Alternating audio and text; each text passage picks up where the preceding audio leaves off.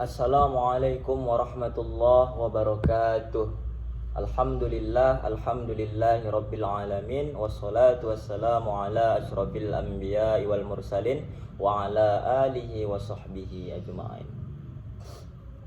Perkenalkan, nama saya Muhammad Fawaz Akib dari Universitas Islam Negeri Sumatera Utara, Fakultas Ilmu Tarbiyah dan Keguruan. Tepatnya program studi saya adalah Pendidikan Bahasa Arab di kelas PBA 2. Adapun tujuan saya membuat video ini adalah sebagai untuk memenuhi tugas dari Bapak dosen saya, yaitu Bapak Dr. Usyono MA, yaitu materi ajar kuliahnya filsafat ilmu. Di sini saya akan menyampaikan beberapa seperti pengertian, fungsi filsafat, hubungan filsafat dan ilmu, pendekatan dalam filsafat ilmu, objek kajian filsafat ilmu. Baiklah, satu persatu akan saya sampaikan dari filsafat ilmu ini. Baiklah, yang pertama adalah pengertian. Apa itu pengertian filsafat ilmu?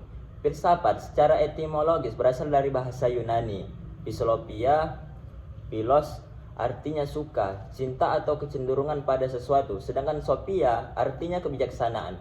Dengan demikian, secara sederhana, filsafat dapat diartikan cinta atau kecenderungan pada kebijaksanaan. Selanjutnya, pengertian filsafat ilmu dari Al-Farabi. Al-Farabi mengatakan ilmu yang menyelidiki hakikat yang sebenarnya dari segala yang ada. Dari Francis Bacon, induk agung dari ilmu-ilmu dan filsafat, menangani semua pengetahuan sebagai bidangnya. Dari Immanuel Kant, ilmu yang menjadi pokok pangkal dari segala pengetahuan.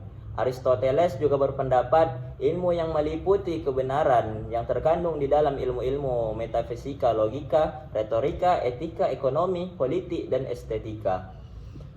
Selanjutnya dari René Descartes, kumpulan segala pengetahuan di mana Tuhan, alam, dan manusia. Selanjutnya yang akan saya sampaikan adalah fungsi-fungsi daripada filsafat. Filsafat berperan sebagai pendobrak, artinya bahwa filsafat mendobrak keterjungkangan pikiran manusia. Dengan memahami dan mempelajari filsafat, manusia dapat menghancurkan kebekuan, kebakuan, bahkan keterkungkungan pikirannya dengan kembali mempertanyakan segala hal. Jadi bagi manusia, filsafat berperan sebagai pembebas.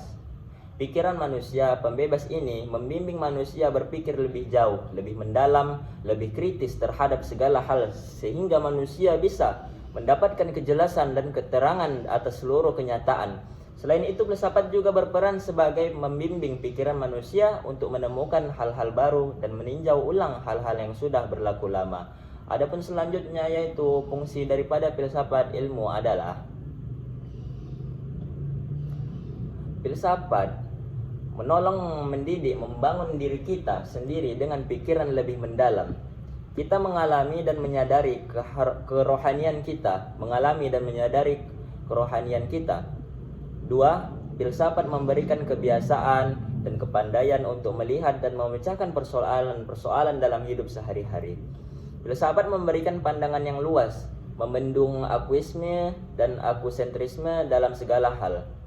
Selanjutnya, fungsi filsafat ada juga. Filsafat merupakan latihan untuk berpikir sendiri, hingga kita tak hanya ikut-ikutan saja membuntut pada pandangan umum, percaya akan setiap semboyan dalam surat-surat kabar, tetapi secara kritis menyelidiki apa yang dikemukakan orang, mempunyai pendapat sendiri, berdiri sendiri dengan cita-cita mencari kebenaran. Selanjutnya, filsafat memberikan dasar-dasar baik untuk hidup kita sendiri, terutama dalam etika, maupun untuk ilmu-ilmu pengetahuan lainnya seperti sosiologi, ilmu jiwa. Hubungan filsafat dan ilmu. Ilmu adalah hasil dari proses berpikir, sedangkan filsafat ialah proses berpikir itu sendiri. Jadi hubungan antara filsafat dan ilmu sangat kuat sekali. Filsafat sebagai pemicu munculnya ilmu pengetahuan. Jika diilustrasikan, dapat digambarkan filsafat sebagai generator, sedangkan ilmu sebagai energi. Yang dihasilkan atau filsafat sebagai pohon dan ilmu adalah buah yang dihasilkan ilmu pengetahuan. Tidak dapat dipisahkan sama sekali dengan filsafat. Dan filsafat merupakan jiwa dari ilmu, maka filsafat ilmu adalah sebuah refleksi untuk mengkaji ilmu, pengetahuan lebih mendalam dan terstruktur terkait latar belakang yang ada dari terciptanya ilmu pengetahuan. Adapun pendekatan dalam filsafat ilmu, yang pertama adalah induktif, deduktif, rasionalisme, ekspresme. Adapun objek kajian filsafat ilmu, yang pertama dari material adalah ilmu pengetahuan, yang dari formalnya sudut pandang. Mungkin itulah yang bisa saya sampaikan dari filsafat ilmu. Yang saya ketahui dari filsafat ilmu, apabila ada kesalahan saya mohon maaf, ada kekurangan saya mohon maaf, karena ini adalah video pertama saya, jadi saya agak kaku, agak grogi, ngomong pun berantakan. Mohon maaf Bapak dosen.